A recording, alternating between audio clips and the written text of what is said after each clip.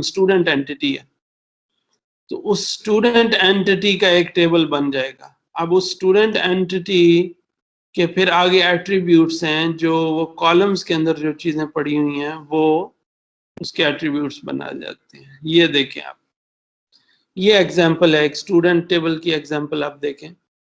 So we have a relation named student, which is relation means it's an entity.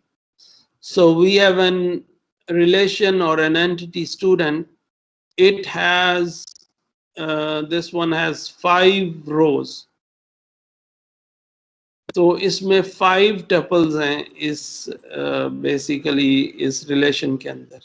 Then it has these attributes. So name attribute has social security number, phone number, address, office phone, age, GPA, ये सारी चीजें attributes हैं उस relation की।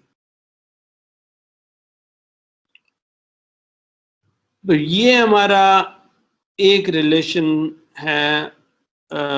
Relational database को अगर हम consider करें तो उसमें टेबल होंगे, उसमें से एक टेबल ये है, उसके साथ और there may be dozens and hundreds of more tables in a database. अब जो आगे हमारे पास इम्पॉर्टेंट कॉन्सेप्ट एक और है, वो ये है कि ये देखें कि ये एक, जैसे मैं आपसे बात कर रहा था कि पहले अगर हम क्वेरी रन करते हैं कि मुझे जो स्टूडेंट मोहम्मद अहमद जो है उसका एड्रेस चाहिए। अब प्रॉब्लम ये हो सकती है कि अगर यूईटी के अंदर लेट्स से मोहम्मद अहमद जो है वो there may be 10 Mohammad Ahmed in the university with same spelling names with, so how would you differentiate between them? आप किस तरह मेक श्योर करेंगे कि वो वाला ही मोहम्मद अहमद चाहिए जो जिसके बारे में इंफॉर्मेशन आप चाह रहे हैं? Then you need something unique to identify that student.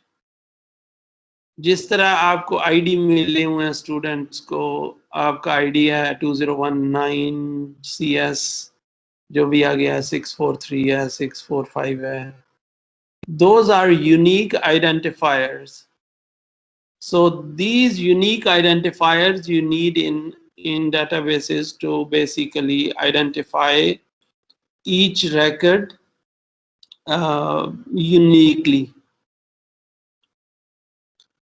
अब यही है की ऑफ ए रिलेशन, जो की बनाते हैं हम किसी भी टेबल के अंदर, इसको हम फिर आगे जाके प्राइमरी की या सेकेंडरी कीज होती हैं। तो ये जो ये बेसिक होती है कि ईच रो जो आपके टेबल के अंदर है वो यूनिकली आइडेंटिफाई हो सके। अब आप लेट्स से क्वेश्चन है कि क्यों जरूरी है? आपके पास जब आप सर्च करने जाते हैं डेटाबेस के अंदर, इंसर्ट करते हैं, ज्यादा मसला रिट्रीव में आता है कि जब आपने कोई चीज फाइंड आउट करनी है डेटाबेस के अंदर, then how would you know that the information you got is exactly what you were looking for? हमने जीपीए कैलकुलेट करना है, लेट्स से एक स्टूडेंट जो है 649 का, then we need to make sure that the courses, the grades that we use to compute the GPA belong to that student 649. तो हमें वो 649 के ही ग्रेड्स लेके हम उससे जीपीए कंप्यूट करें, ये ना हो कि हम किसी और स्टूडेंट के उठा के उससे कंप्यूट कर रहे हो। इसलिए की जो है वो बहुत एक इम्पॉर्टेंट इसका कॉन्सेप्ट है जो यूज किया जाना है। तो हमने ये जो टेबल ऊपर देखा, इसके अंदर की हमारे पास क्या है? क्या हम फोन नंबर को की रख सकते हैं?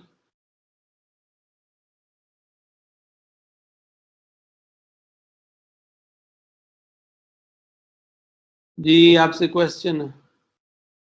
फोन नंबर को या एड्रेस को की रखा जा सकता है इस केस में? Yes, sir. No, sir. No, sir. Phone no number, sir. तो आप पाकिस्तान का अगर सिनेरियो लें, कुछ कंपनीज ऐसी हैं जो फ़ोन नंबर को यूज़ कर रही हैं।